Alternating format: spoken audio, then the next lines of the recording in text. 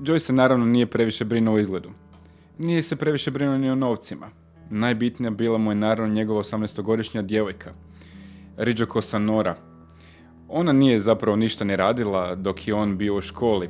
Kasno su se dizali, ona je redovito kuhala čokoladu, objedovali si ono što su kupili, a onda bi redovito odlazili u kafe Miramar gdje bi se družili, gdje bi Joyce pisao pred samom svojom dragom poručice kao da se udvarao potajice. Zadrkivao ju, slao joj je puse, pisao je svakakve prljave stvari. Joyce je u Miramaru volio pisati na ceduljicama: Draga Nora, za Boga miloga, nemoj dopustiti da budemo nesretni večeras. Ako nešto nije u redu, molim te, reci mi.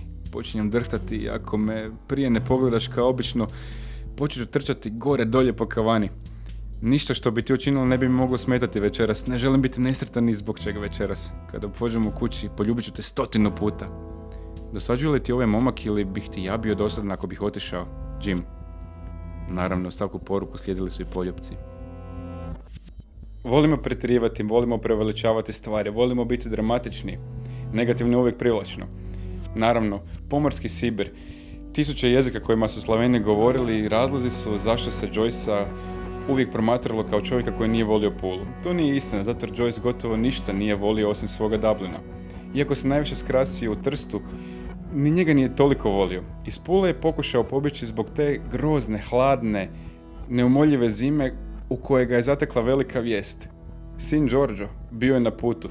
Dječačić začet tek nekoliko dana nakon njihovog dolaska ovdje morao se roditi na toplijem mjestu. Pula nije bila najsretnije rješenje. Špijunska kriza početkom 1905. godine dodatno su pogodovali odlasku.